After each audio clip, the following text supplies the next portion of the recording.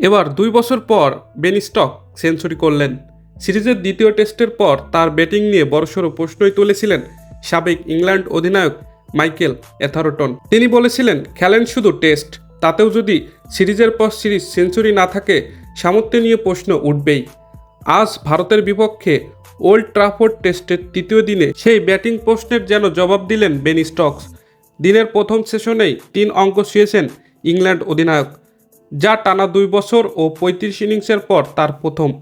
ম্যাচের প্রথম দিন টস জিতে ভারতকে ব্যাটিংয়ে পাঠিয়ে দেওয়ার মাধ্যমেই অনেককে চমকে দিয়েছিলেন স্টোকস, কারণ এই মাঠে টস জিতে ফিল্ডিং করা দল কখনো জিততে পারেনি।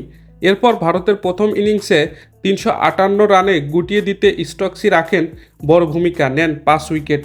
সেই ২০২৩ সালের জুনে অ্যাশেজে অস্ট্রেলিয়ার বিপক্ষে লর্ডসে ১৫৫ রানে ইনিংস খেলেছিলেন বেন স্টোকস। সেটি ছিল টেস্টে তার ১৩তম সেঞ্চুরি। কিন্তু এরপর থেকে স্টোকসের ব্যাটে ৩ অঙ্কের ইনিংস উধাও। ২০২২ সালে টি-টোয়েন্টি বিশ্বকাপে আর ২০২৩ সালে ওয়ানডে বিশ্বকাপের পর এই দুই সংস্করণে আর খেলেননি। পুরো মনোযোগ রেখেছেন টেস্টে। অবশেষে ৩৫ ইনিংস বিরতির পর সেটির দেখা মিলল।